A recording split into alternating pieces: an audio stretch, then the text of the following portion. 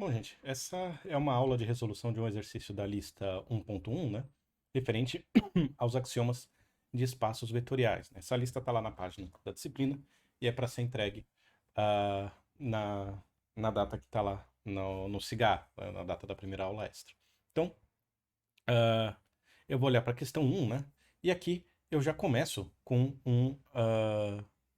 uma descrição do que a gente precisa, né? Então, olha só, eu tenho um conjunto, né? Um corpo, que é números reais, números complexos, etc, né? E aí eu defino, olha, operações de adição entre seus elementos e multiplicação dos elementos desse conjunto por um escalar, né? Então eu tenho, olha, aliás, isso, quatro coisas, né? Eu tenho primeiro um conjunto aqui, tenho primeiro um conjunto, né? Assim, sei lá, conjunto, vamos chamar de V, né? E aí o que eu tenho aqui, por exemplo, os seus elementos, né? U, V, né? E aí eu tenho um corpo, né, que eu vou chamar de K, assim, né? Você pode pensar neles como, por exemplo, os reais ou os complexos, tá? Não vamos nos preocupar muito com essas propriedades. Pensa assim, funciona igualzinho os números reais, né? Ou os números complexos.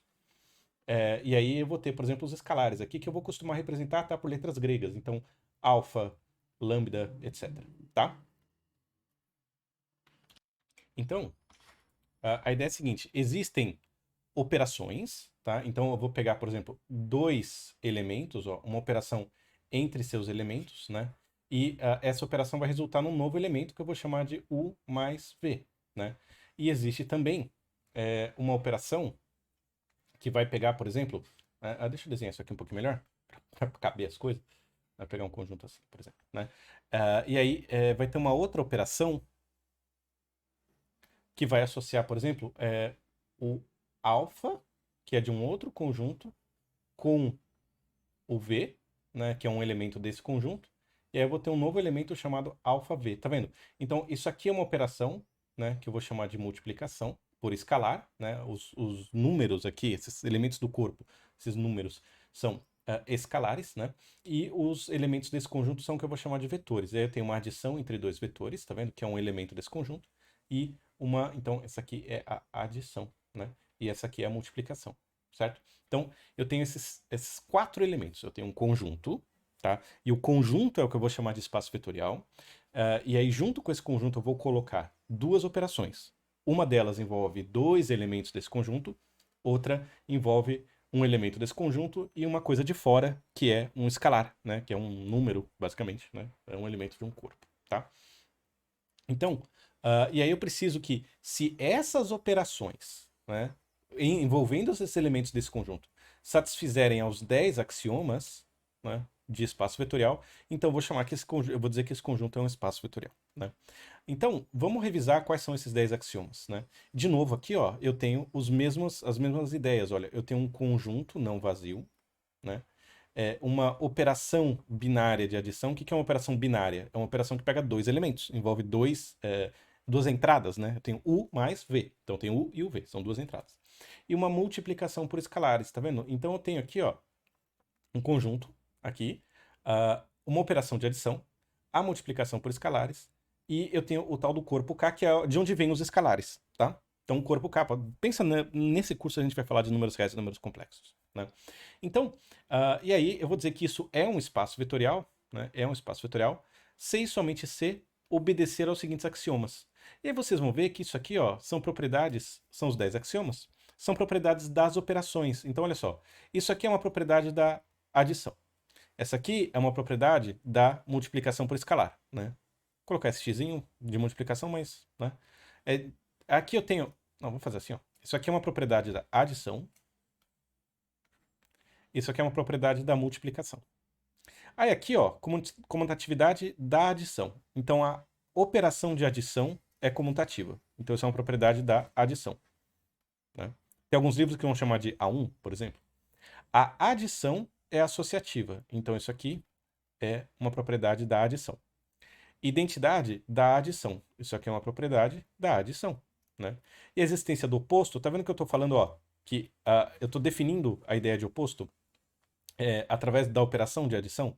Então, essa é uma propriedade da adição também, né? Então eu tenho 4 propriedades que envolvem a adição mais o próprio fechamento, né? Que diz o seguinte, quando eu somo 2 elementos, a soma também está dentro do conjunto, tá? Eu nunca vou cair fora do conjunto. E aí, as outras, olha, são propriedades da multiplicação por escalar, tá vendo? Então isso aqui é uma propriedade da multiplicação. Isso aqui é uma propriedade que envolve a multiplicação também, né? Então, é a distributividade da soma, mas dos escalares, e eu estou fazendo uma multiplicação. Então, a gente entende isso como uma propriedade da multiplicação também, né? E aqui também, ó, eu estou falando de multiplicação, tá vendo? Então, isso aqui é multiplicação. E aqui também é uma propriedade da multiplicação, né? M4. Então, você pode perceber que a gente divide, né, esses axiomas basicamente em 2 pedaços, né? Bom, tem isso aqui que pode fazer parte da própria operação, né? E isso aqui, que são as propriedades que essas operações precisam satisfazer. Mas assim, são propriedades das operações que envolvendo, né, os elementos desses conjuntos. Então tem que estar claro para mim que é o seguinte, quando eu falo adição, é a adição que eu defini aqui. Então na hora que eu defino o meu espaço vetorial, eu tenho que definir o conjunto, né? Eu tenho que definir meu conjunto V com meus U's e V's, né? Eu tenho que definir uma adição, né? Então, quem que é U mais V, né? Aí tem uma operação aqui que eu faço, né? Alguma operação aqui que eu vou fazer, né? E aí que vai me dar justamente, né, o U com V, eu junto U e V e eu obtenho um novo elemento desse conjunto, que é o U mais V, né? O nome desse elemento, isso aqui é o nome de um elemento, tá? Que é o resultado da operação de adição U mais V, né? Então, posso dizer assim, ó, A aplicado nos vetores UV resulta em U mais V, tá vendo? Tipo, é uma operação. Eu pego esses 2 caras, faço uma conta e eu vou chamar o resultado dessa conta de U mais V, né? E eu tenho a multiplicação por escalar, né? Que aí eu vou ter justamente um alfa U, né? Que é um elemento desse cara. Então eu vou pegar um alfa aqui, um escalar alfa, e vou multiplicar por U. E aí o que eu faço? Eu defino essa operação também.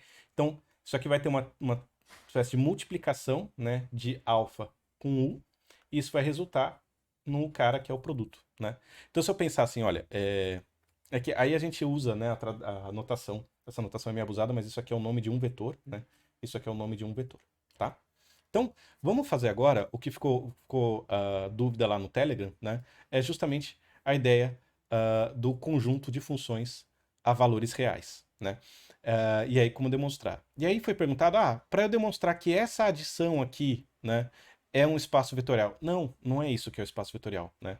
O espaço vetorial é o conjunto das funções a valores reais, certo? Então, isso aqui é o espaço vetorial.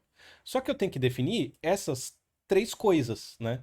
Então, o que eu defino? Eu defino, primeiro, quem são o meu conjunto V, né? Então, quem é o meu conjunto... Opa, quem é o meu conjunto V aqui? Meu conjunto V é que tem as funções F, G, H, né?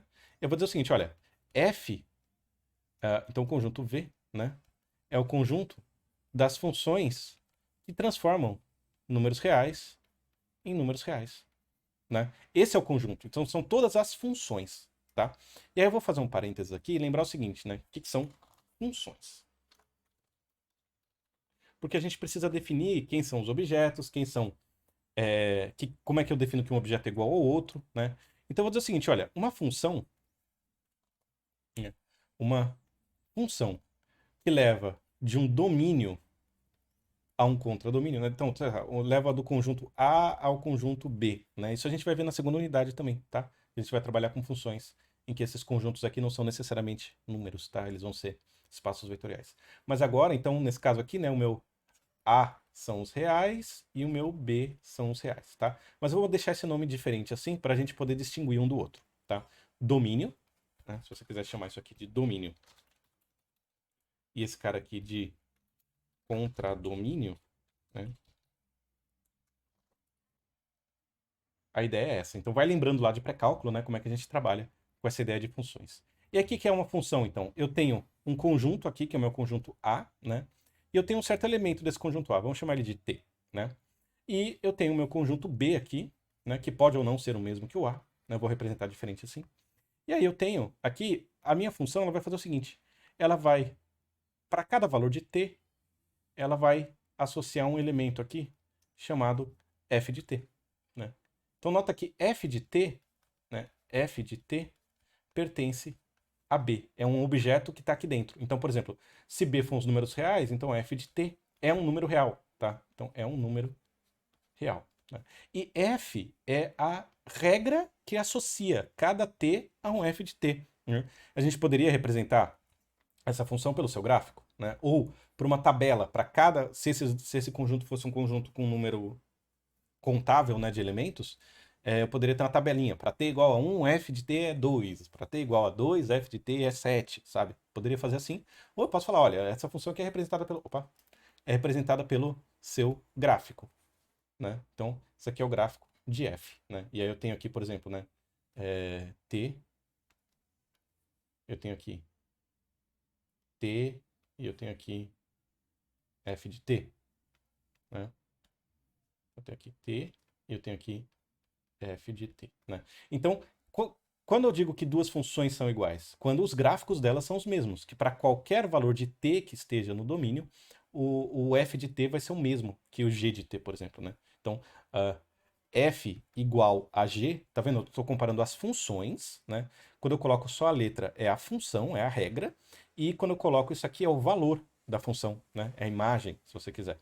Então, C e somente C, f de t igual a g de t para todo t em A, né? Então, essa é a definição de igualdade. Por que eu preciso da definição de igualdade? Porque a gente usa igualdade aqui, ó. Tá vendo? É U mais V igual a V mais U. O que significa dizer que é igual? Eu estou comparando esse objeto do lado esquerdo com o objeto do lado direito. Como é que eu faço isso com função? Uma função é igual a outra quando os valores que essa função assume são iguais aos valores que outra função assume, dadas as mesmas entradas. Ou seja, o gráfico de f e g, né? Se eu pensar que esse aqui é o gráfico de f. Vou pensar que esse aqui é o gráfico de f. E eu quiser o gráfico de g, por exemplo, né? Vamos fazer tracejado? Eu não consigo mudar, né? Então, o gráfico de f e g vão ser o mesmo, assim, né? E aí eu tenho, então, olha, esse aqui é a g, né? É o gráfico de g. Então, uma função é igual a outra quando o gráfico cai em cima uma da outra, ou quando, né, que é a mesma coisa que dizer que para cada t, né, eu vou ter que, então, isso aqui também é g de t, tá vendo? Então, o gráfico é o mesmo. É isso que eu estou comparando duas funções, tá? Então, beleza. Eu já sei quem são as minhas funções, como é que eu vejo se elas são iguais umas às outras. Então, tá resolvido aqui, ó, vamos voltar aqui em cima, tá resolvido o conjunto, né? Agora eu tenho a operação de adição, né? Eu estou definindo como é que eu somo duas funções, né? Então, qual que é a ideia? Eu tenho aqui o meu espaço vetorial V, que tem as minhas funções f, g, né? E eu estou falando, tá, eu vou definir uma operação que pega a função f, pega a função g, e gera, né, cria uma nova função, que eu vou chamar de f mais g, né? Então, quem que é essa função f mais g? Como é que eu defino uma função? Eu defino uma função pela forma com que ela age no t, né? Então, eu vou dizer o seguinte, olha, então, adição. Adição. Né? Quem que é a função f mais g? Né? Para definir a função f mais g, eu vou fazer ela aplicada em t. Então, nota que isso aqui é o nome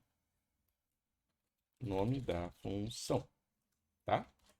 E, então, qual que é o valor que a função f mais g assume quando eu aplico ela em t? Ora, ela é igual à soma do valor de f aplicado em t mais o valor de g aplicado em t. Aí você nota que esses caras aqui, ó, isso aqui são números, né? Enquanto aqui eu tenho uma função, né? E aqui também, isso aqui é um número, isso aqui é um número real, né? Número real, né? E aí o que eu estou fazendo então? Quem que é essa adição aqui, né? Essa adição é uma adição de números. Essa eu sei fazer, certo? 2 mais 2 igual a 4, eu sei desde o prezinho. Então beleza. Agora tem uma regra aqui. Essa adição desses objetos, que são as minhas somas, Como é que eu faço? Ah, eu faço executando de um certo jeito uma adição de números que a gente sabe fazer. Beleza, né? Então, bola para frente. Defini, então, a minha operação de adição. Então, agora, olha só, esses 4 primeiros axiomas têm significado, porque esse símbolo tem significado e esse símbolo tem significado, né? Então agora eu já sei fazer esses 4 axiomas e sei testar esse aqui também, né? Então, beleza. Então tem aqui a minha adição, né? Mesma coisa a multiplicação por escalar, né? Então eu vou ter, por exemplo, as minhas funções aqui, né? Meu conjunto de funções, né? Eu tenho minha função f aqui, por exemplo, né? E eu tenho aqui meus números reais, né? Por que eu tenho meus números reais? Porque eu estou falando, olha, Cadê? Desculpa. Opa. Peraí, o que eu fiz? Ah, desculpa.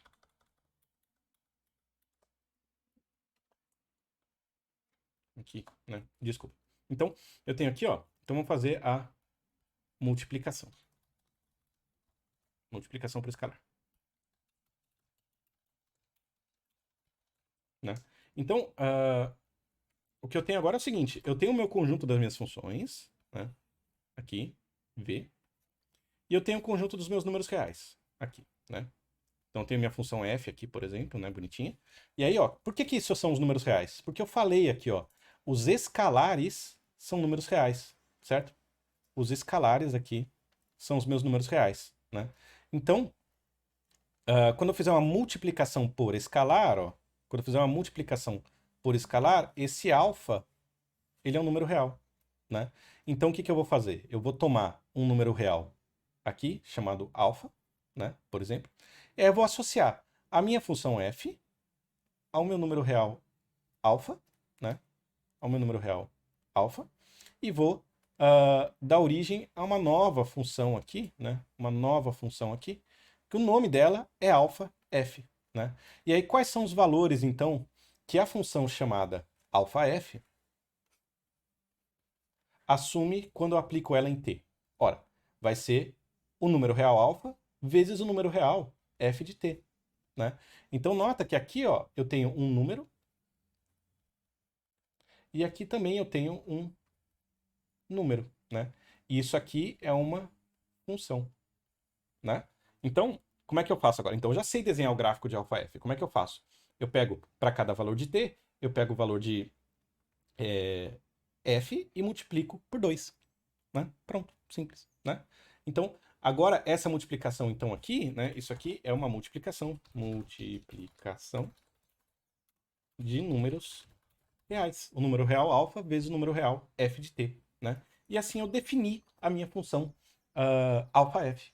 Então agora eu defini as operações de adição e de multiplicação por escalar, né? Então eu tenho agora essas 3 operações e agora essas coisas aqui fazem sentido. Opa, fazem sentido, né? Isso aqui agora existe, né?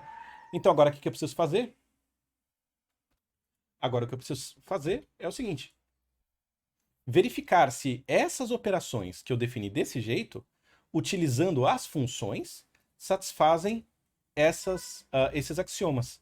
Então, nota, eu preciso ter as 3 coisas. Eu preciso ter o conjunto das coisas que eu vou chamar de vetores, né, que é o meu espaço vetorial, os escalares, para eu poder fazer a multiplicação por escalar, uma regra de como é que eu faço essa multiplicação, e uma regra de como é que eu faço a adição de 2 vetores, né? Então agora eu tenho tudo isso, então vamos testar agora os axiomas, né? Então, validando axiomas, né? E agora, como está escrito lá no enunciado, né? Cadê? Verificando a validade de cada um dos axiomas, né? Então a gente vai ter que testar de fato, né? Um por um aqui. Então vamos lá, o primeiro, né? Fechamento da adição.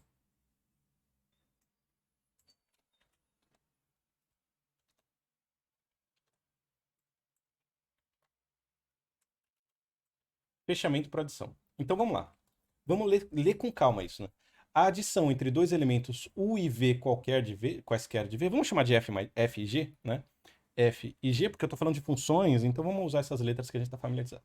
Então, a adição entre esses dois resulta em um único elemento de V, e eu vou chamar ele de U mais V, né? Então, F mais G, né? e eu quero que isso pertença ao meu conjunto. Eu quero verificar que a soma de duas funções, quando eu definir daquele jeito, é uma função também, né? Então vamos lá. F de t, ou f, pertence a v. Isso quer dizer o seguinte, que f é uma função que recebe números reais e associa a números reais. G pertencer a v também é uma função g, né, que recebe números reais e retorna para mim números reais, né? Então quem que é f mais g? Ora, f mais g, eu estou aplicando isso em t, né? Então eu já sei que, ó, f mais g recebe números reais, né? Pela definição de adição, né? Pelo jeito que eu defini a adição aqui, ó, né? Então, se a gente olhar para a definição de adição, assim,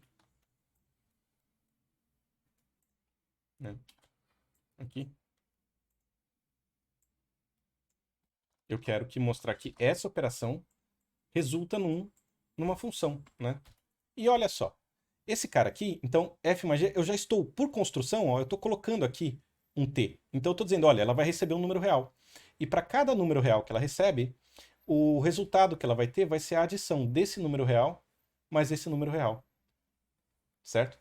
Então, isso aqui também é um número real, né?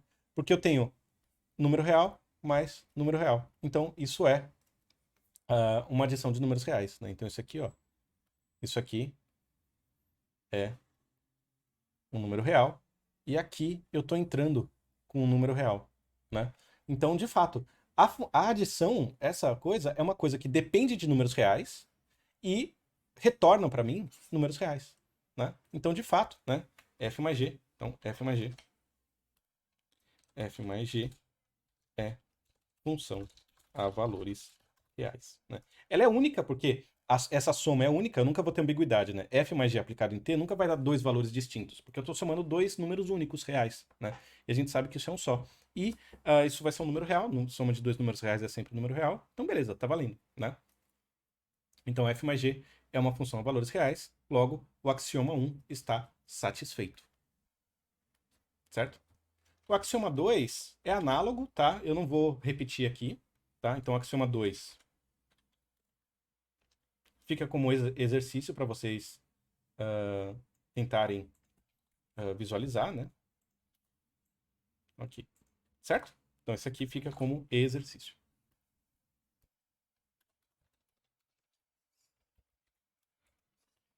Agora, vamos olhar o axioma 3, certo? Comutatividade da adição. Então, lembrando da nossa definição de adição, né? Nossa definição de adição é essa aqui, né? Então, o que eu preciso dizer? U mais V igual a V mais U. Então, olha só. Eu preciso dizer, então, que F mais G igual a G mais F. Lembrando o que isso quer dizer, né? Que se eu for fazer o gráfico, por exemplo, de F mais G, né? Então, eu tenho a função F, tenho a função G, e aí isso aqui resulta numa função, como a gente viu, né? Resulta numa função que vai ser a F mais G, por exemplo. F mais G, né? Se eu fizer a mesma coisa, a mesma operação, só que fizer G mais F, o que eu vou ter que ter vai ser exatamente o mesmo gráfico, né? Então, se eu pensar nele assim, né, eu vou ter que ter exatamente o mesmo gráfico aqui, né? Que vai ser o meu G mais F, um exatamente em cima do outro, né? Por quê? Porque para cada valor de T, né? Para cada valor de T, eu vou ter uma função aqui. Então, se isso aqui para mim é T, né? Opa, se isso aqui para mim é T, né? Então, isso é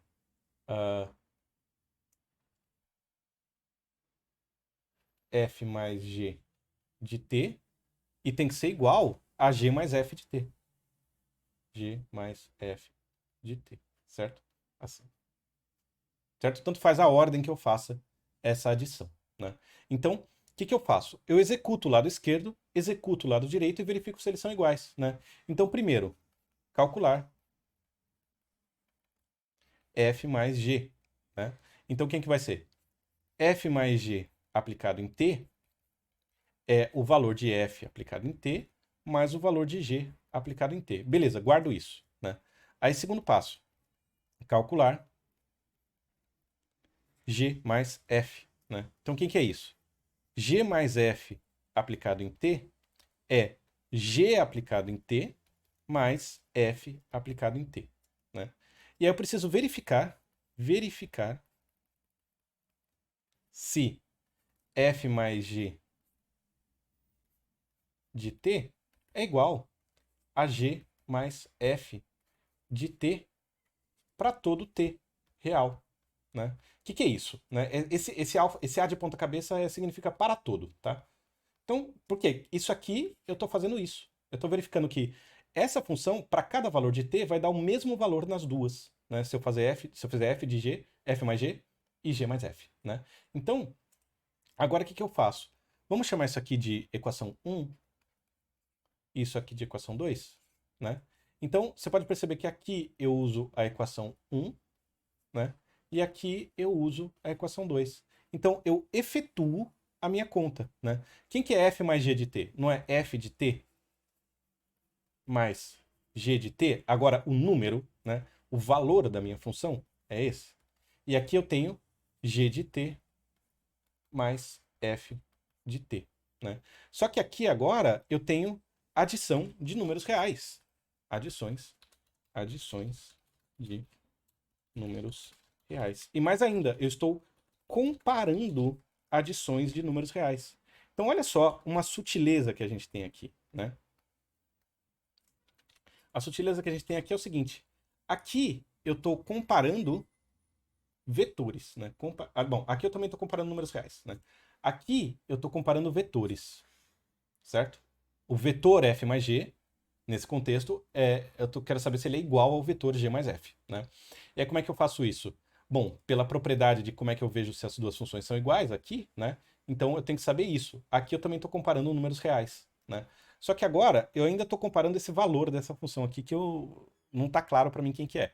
Na hora que eu uso a definição da adição, eu transformei essa adição de vetores numa adição de números reais. E essa eu sei como é que se comporta, certo? Então, como a adição de números reais é comutativa, eu posso, sem medo de ser feliz, trocar a ordem do lado esquerdo, do lado direito aqui, né? Então, f de t mais g de t.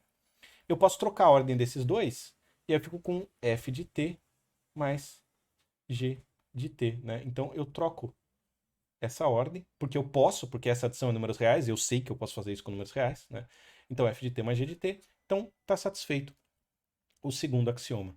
Então, você percebe que eu troquei uma operação de fazer uma adição de duas adições de vetores e verificar se esses vetores são iguais. O que eu fiz?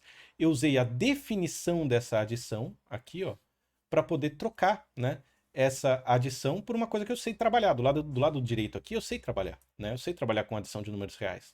Então eu troquei por isso, né? E aí eu verifico, olha, de fato, com os números reais eu consigo trocar, então f mais g é igual a f mais g, e beleza, são a mesma coisa, né? Esse número real é igual a esse número real para todo valor de t, então as duas funções, né, f mais g e g mais f são iguais, certo? Mesma coisa o terceiro axioma, né? Esse vai ficar como exercício, tá? Para vocês fazerem, o processo é exatamente o mesmo, tá? Então esse é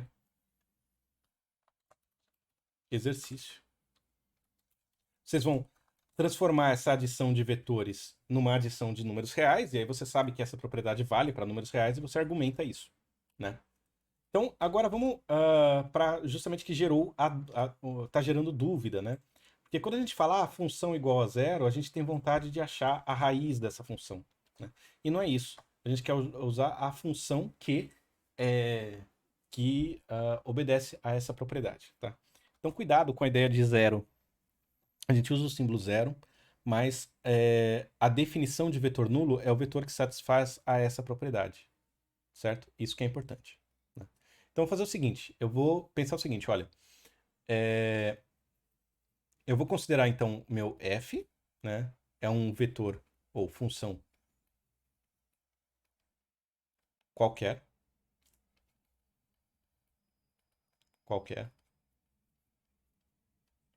é o meu vetor, né? E eu vou chamar de Z o meu vetor nulo, né? Que ele vai ser justamente o vetor nulo, né? Eu vou usar esse símbolo, lembra? É um zero negrito, né? Que é um zero negrito, tá vendo? Só que eu vou chamar de Z para a gente não ficar carregando esse zero. Então, o que eu preciso? Definição de vetor nulo é f mais z é igual a f, certo? Essa é a definição de vetor nulo. Isso é a mesma coisa que eu escrevi aqui em cima, tá vendo? O f seria o u, o zero, né? É o u. Eu vou usar f só porque a gente está falando de função, tá? A letra que eu posso usar é qualquer uma. Então a definição é isso. Eu quero descobrir qual função que quando eu somar em qualquer outra função não muda a função, né? Isso tem que ser independente da escolha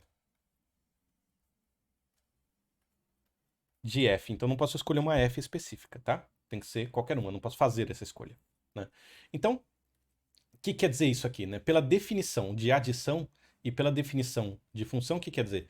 Que f mais z aplicado em t tem que ser igual a f de t, né? Isso aqui é definição de igualdade de funções, ok? Então, agora eu vou aplicar a definição de adição. Aqui, definição de adição, né?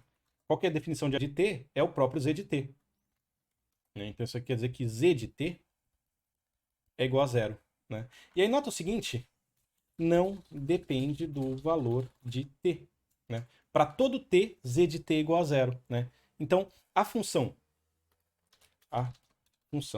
z de t igual a zero, opa, z de t igual a zero é o vetor nulo do espaço das funções. Vou dizer mais ainda, né? Vou chamar a atenção, a função constante z de t igual a zero é o vetor nulo do espaço das funções. Certo? Você percebe que não depende do valor de t e também não depende da escolha de f, né? Você pode perceber que independente do valor de t, independente da função f, sempre vai existir o número real que é menos f de t. Então, sempre vou poder fazer esse passo daqui, né? Então, e aí a gente chega à conclusão, então, que z de t é o vetor nulo, e claramente isso é uma função, né? Para cada número real t, ela associa algum número real, nesse caso particular, o número real zero, né? Então, essa função existe e, então, está satisfeito o axioma 5, né? A existência do oposto, né, vai ser parecida, né? Vou usar um argumento muito parecido, que é o seguinte, ó. Então a gente já sabe, ó, aqui é para ser o vetor nulo, né? Então, para todo f existe uma função que eu vou chamar de menos f. Esse menos, gente, cuidado, tá? A gente aprende, a gente fica fluente pra gente dizer que, isso aqui, né, é menos 1 vezes f, né? Mas não, isso é um teorema, tá? Isso é uma consequência disso aqui existir, tá? Então cuidado para não sair fazendo menos 1 vezes f aqui, tá? Mesma coisa lá nos corpos, né? Isso aqui é diferente de 1 sobre A. Na verdade, 1 sobre A é uma operação definida pelo fato desse cara existir, tá? Isso aqui a definição é que A vezes A oposto é igual a 1, tá? Essa é a definição desse símbolo, tá? Cuidado, porque isso aqui é uma definição operacional que a gente usa, mas a gente não pode usar esse fato para provar isso aqui, tá? Você não pode fazer, então isso aqui é A vezes 1 sobre A, que é igual a A sobre A, que é igual a 1. Não, porque isso aqui depende, né? Isso aqui depende disso aqui ser verdade, tá? Então cuidado, você cai no argumento circular. Não vou entrar em detalhes sobre axioma de corpo, tá? O que importa pra gente são os de espaço vetorial agora. Axioma de corpo são as propriedades que vocês conhecem de números reais e complexos. Mas, então, aqui também, né? Eu não estou falando que menos f é o menos 1 vezes f. Isso é um resultado. A definição de menos f é f, f somado com essa função que é menos f é igual ao vetor nulo, tá? Então, lembra que isso aqui é z de t igual a zero, né? Então, essa aqui é a função vetor nulo. Aqui eu estou falando de funções, tá vendo? Isso aqui, então, é uma equação. Equação entre funções.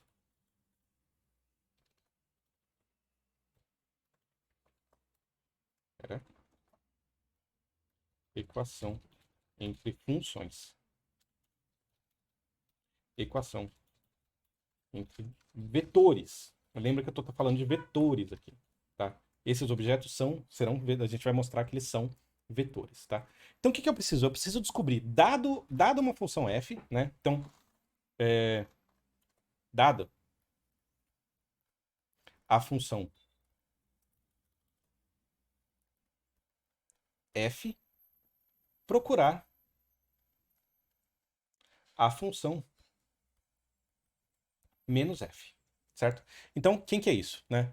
Agora eu vou usar definição de igualdade, né? Então, o que que é isso? Quem que é f mais menos f? Isso aqui vamos chamar de g, né? Então, esse cara é g, né? Então, para todo f existe um g que faz isso. Então, f de t mais g de t, não, chama de m, menos f, né? M de t, é igual a nosso z de t, que é zero, né? Z de t, que é zero. Então, eu preciso f de t mais m de t igual a zero, certo? Gente, desculpa. Peraí, volta, que eu pulei um passo aqui. Então, eu vou chamar o seguinte, ó, menos f. Eu vou chamar isso aqui de m, tá? Então, quem que é? Eu preciso que f mais m seja o vetor nulo, né?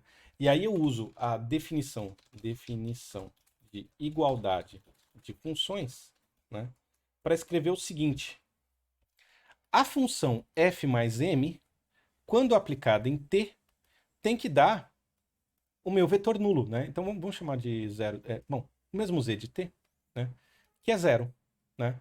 Então o valor que a minha função f mais m assume quando eu aplico em t tem que ser um número constante zero, certo? E aqui, né, então usei a definição de vetor nulo, que a gente viu no item anterior, que é o número real zero, né? Então aqui, ó, de novo, agora eu tenho do lado de cá, né, um número real. Isso aqui é um número real, é o valor que a função assume. Isso aqui também é um número real. Agora eu consigo, então, aplicar a minha definição de adição de funções, né?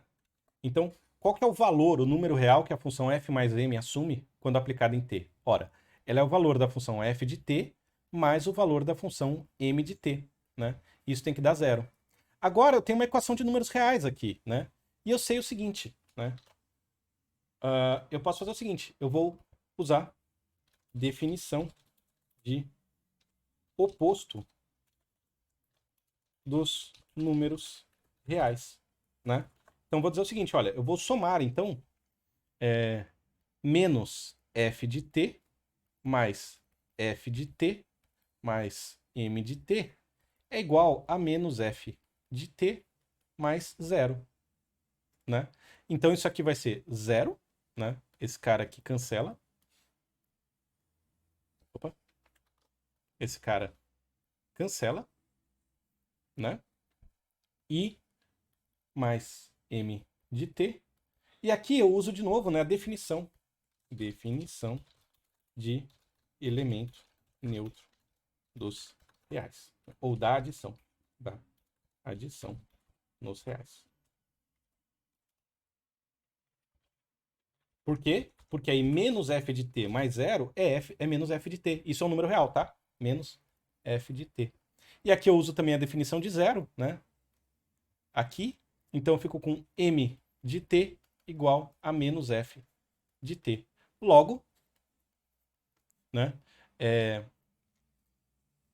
a função m, né, m de t é igual a menos f de t, que é o que eu tenho ali, né? Então quer dizer o seguinte, que a função menos f, né, como definida no axioma 6, é tal que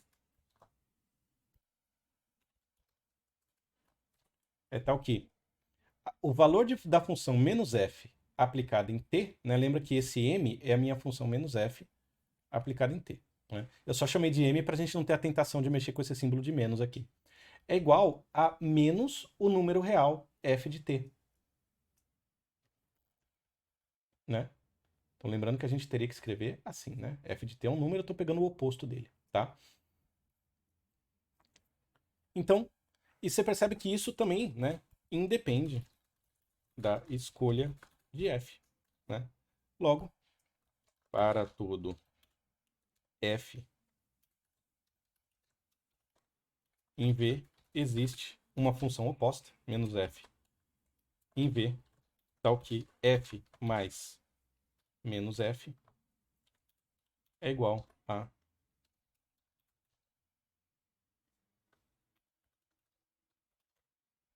ao vetor nulo, né?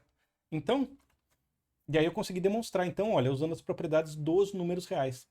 Então, o que é importante? Saber a diferença entre f, que é uma função, e f de t, que é um número, certo? Para cada valor de t vai ser um número diferente, mas é um número, né?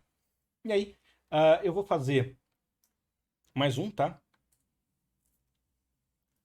E aí o resto vocês fazem como exemplo, já seguindo essa ideia, tá? Que é o 7, certo?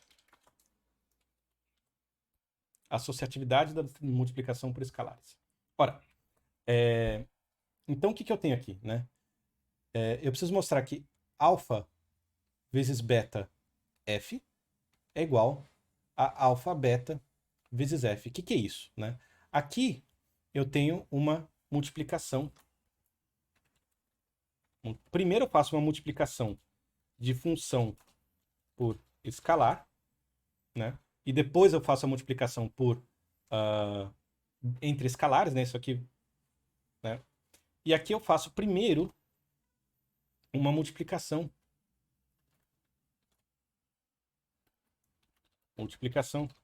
de função ou de entre escalares, né? Então tem uma diferença. Então vamos usar essas definições, né? Quem que é alfa vezes beta f, né? Isso não é alfa vezes bom, aí o que eu faço, né? Isso vai ser uma função, certo? Porque é um escalar vezes uma função, isso vai dar uma função. Alfa vezes uma função também é uma função. Então, eu vou pegar essa função com esse nome grande aqui e aplicar em t, né? Isso é o quê? Isso é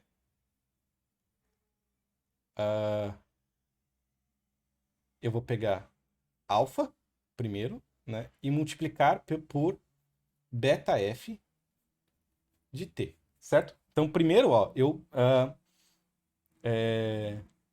estou fazendo essa multiplicação aqui, né? E agora eu vou fazer, então, isso é alfa vezes beta vezes f de t, tá vendo? Então agora, ó, aqui eu usei a definição de multiplicação. Aqui eu fiz só os parênteses do jeito esperado, né? Então agora, isso aqui, né, é essa operação. E quem que é alfa beta f aplicado em t, né? Isso é alfa beta vezes f de t. Eu preciso mostrar que essas coisas são iguais. Só que aqui, isso aqui são números reais, certo? Então isso aqui é o número real alfa vezes o número real beta vezes o número real f de t, né? Isso aqui é uma multiplicação de três números reais. E ela é associativa, né? E aqui também eu tenho, olha, o número real alfa vezes o número real beta vezes o número real f de t. Eu sei que tanto faz eu fazer primeiro esse produto ou primeiro esse produto porque eles são números reais. Então você percebe que eu mudei para o mundo dos números reais e estou usando a regra dos números reais, né? Então, quando eu vejo que, olha, o valor dessa função aqui vai ser o produto desses três números reais e o valor dessa função aqui vai ser o produto dos mesmos três números reais, tanto faz a ordem que eu faço essa multiplicação, porque são três números reais multiplicando uns aos outros. Isso é uma propriedade dos números reais. Então eu uso isso para mostrar, então, que esse axioma vale. Beleza? Bom, gente, para essa função é isso, tá? E para esse caso é isso. Os outros ficam como exemplo, tá? Eu acho que isso aqui é suficiente para vocês fazerem igual nos outros casos, tá? Eu só queria mostrar um parênteses, tá? Que é o seguinte.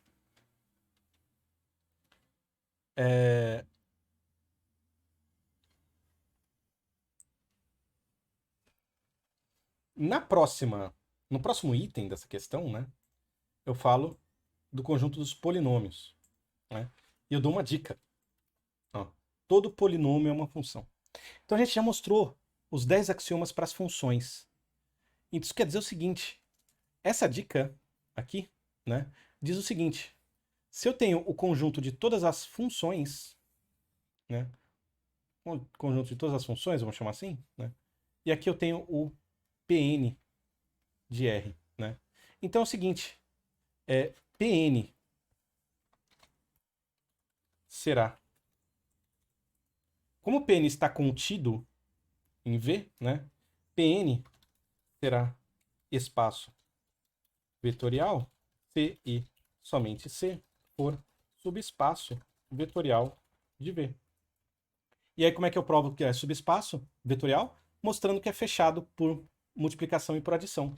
E a operação de multiplicação e adição é exatamente a mesma, né? Ó, a gente olhar aqui, lembra que para ser subespaço, né? Para que um espaço vetorial seja subespaço do outro, o conjunto precisa estar totalmente contido dentro dele, né? Eu não posso ter, por exemplo, um conjunto assim, né? Então, sei lá,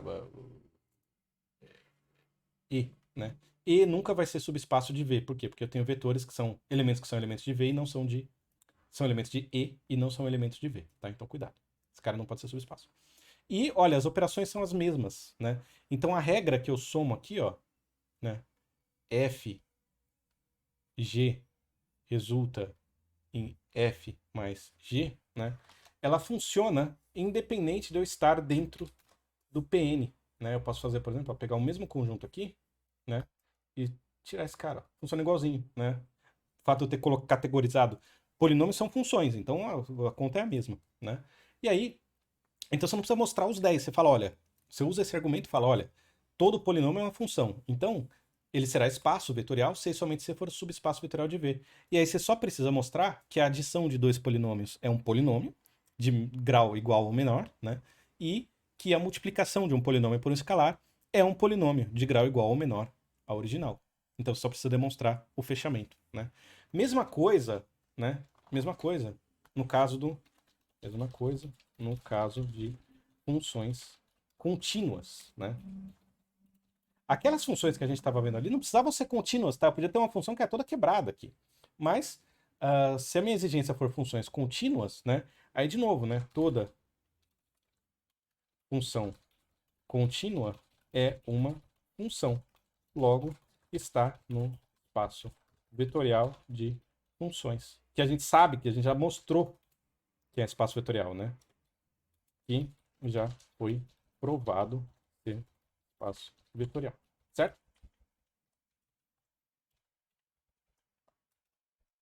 Então, de novo, né?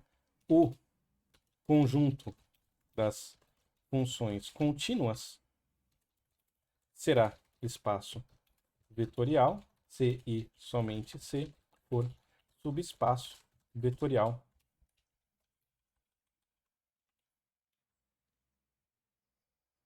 de V, né, que a gente chamou lá daquele espaço de funções. Então, o que eu preciso fazer? Provar fechamento, né? Então, claro que, primeiro, né, zero. O vetor nulo pertence a C, tá? C é o conjunto de F contínua, tá? Claro que zero pertence às funções contínuas, porque Z de T igual a zero constante é função contínua. Né? Toda função constante é contínua. Então, beleza. Agora, o que eu preciso? Mostrar que f mais g é contínua. Né? Mas a gente sabe que, olha, o que é uma função contínua, né? É função. E aí vem a parte importante, né?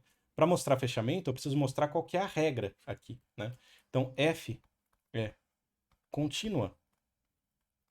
É a mesma coisa que dizer que o limite de x indo para t, ou, desculpa,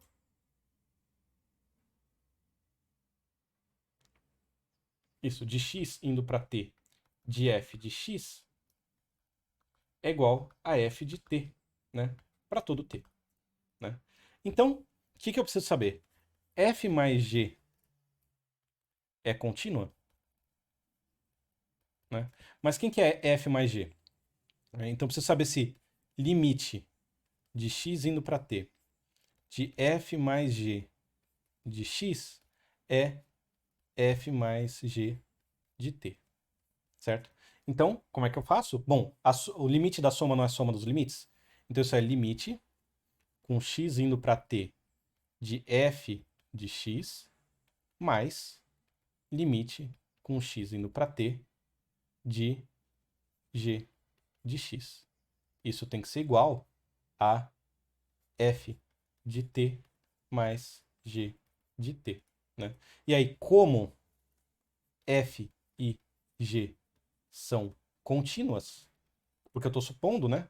Eu estou pegando funções contínuas e quero saber se a soma delas é contínua. Então, eu vou ter aqui f de t mais g de t igual a f de t mais g de t. Ok, né? E aí, o fechamento por multiplicação, né? Eu preciso que alfa f seja contínua. Ou seja, o limite com x indo para t da função alfa f aplicada em t, em x, né? Tem que ser igual à função alfa f aplicada em t. E aí você usa a mesma coisa. Você sabe que f é contínua por construção, né? Estou escolhendo uma função contínua para testar isso. E aí você sabe que isso vai ser alfa vezes f de x. E aí constantes podem sair do limite, né? E limite de f de x com x indo para t é igual a f de t, porque f é constante, porque eu escolhi f constante, e aí vai dar certo, tá? Então, exercício aqui para vocês, tá? Então, a ideia é essa. Uma vez que a gente provou que tem um conjunto mais abrangente, e esse conjunto mais abrangente é um espaço vetorial, se eu olho para subconjuntos desse cara, eu não preciso mostrar os 10 axiomas, eu só preciso argumentar, mostrar, talvez, né, que o conjunto que eu estou olhando é um subconjunto do conjunto maior, e falar, olha, esse cara vai ser espaço vetorial quando ele for subespaço desse conjuntão. Então vou mostrar que é subespaço. Mas eu já tenho que ter mostrado ou argumentado de alguma forma que o conjunto de fora é um espaço vetorial, que foi o que a gente fez nesse exemplo. Beleza, gente? Então, é uma novidade essa coisa, tá? É uma abordagem nova de álgebra linear, aliás, uma abordagem nova na matemática que vocês viram, né? Até agora vocês têm trabalhado na escola e agora, inclusive no começo do curso aqui superior, vocês têm trabalhado de uma maneira muito instrumental com a matemática, e isso é uma maneira um pouquinho mais fundamental de olhar para a matemática. A gente está olhando para os fundamentos das ideias. Mas não se prendam muito, tá? A demonstrar esses axiomas. O importante é você saber que eles existem e que essas propriedades, elas são propriedades de qualquer espaço vetorial. Isso vai, se eu falo, olha, esse conjunto é um espaço vetorial, tá? Essas propriedades valem. Esse exercício que a gente faz de demonstrar essas propriedades é para a gente se convencer que o conjunto das funções aqui é um espaço vetorial também e ela vai funcionar igualzinho às setinhas no espaço. A diferença é que tem dimensão infinita, basicamente, tá? Dimensão a gente vai ver semana que vem. Então, não se prendam muito, tá? Se vocês tiverem com alguma dificuldade em fazer essas contas, o importante para vocês é, quando eu falar espaço vetorial, vocês podem usar essas 10 propriedades à vontade, tá? E aí, vamos trabalhar também as outras operações, as combinações lineares, a ideia de coordenadas, etc, tá? Não se atrasem em álgebra linear por se prenderem nesse conceito. Mas, para quem tiver interessado em ver esses conceitos mais a fundo, tá aqui o exemplo que a gente trabalhou, beleza? Então, bons estudos aí, gente, e vamos se ver nas próximas aulas. Obrigado.